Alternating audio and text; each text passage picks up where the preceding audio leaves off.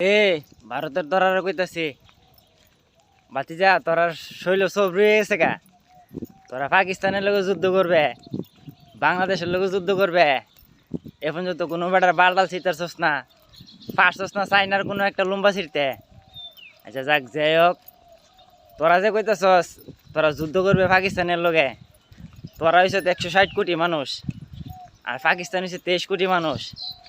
পাকিস্তান যদি তোরা দেশ একটা পারমাণিক মারে, এক পারমাণিকে মরে যাবো তোরা 150 কোটি মানুষ। আর তোরা যদি মারস পাকিস্তান, মারতার বিহুদা কতলা ধরেছা 5 থেকে 7 কোটি মানুষ, আর বাহির 12 থেকে 13 কোটি মানুষ পাকিস্তান থেকে যাবো গা। তখন তোরা দেশটা কি তোরার কাছে থাকবো নি না পাকিস্তানের কাছে যাবো গা? চিন্তা ভাবনা করে দিস। আরে সব না মরক, পাকিস্তান যদি একটা পারমাণিক মারে তোরা দেশের মধ্যে কমপক্ষে 10 কোটি মানুষ মরবো। আর তোরা যদি মারস, তোরা মারলে পাকিস্তান ধরস না যদি 1,05,000 মানুষ মারতারস।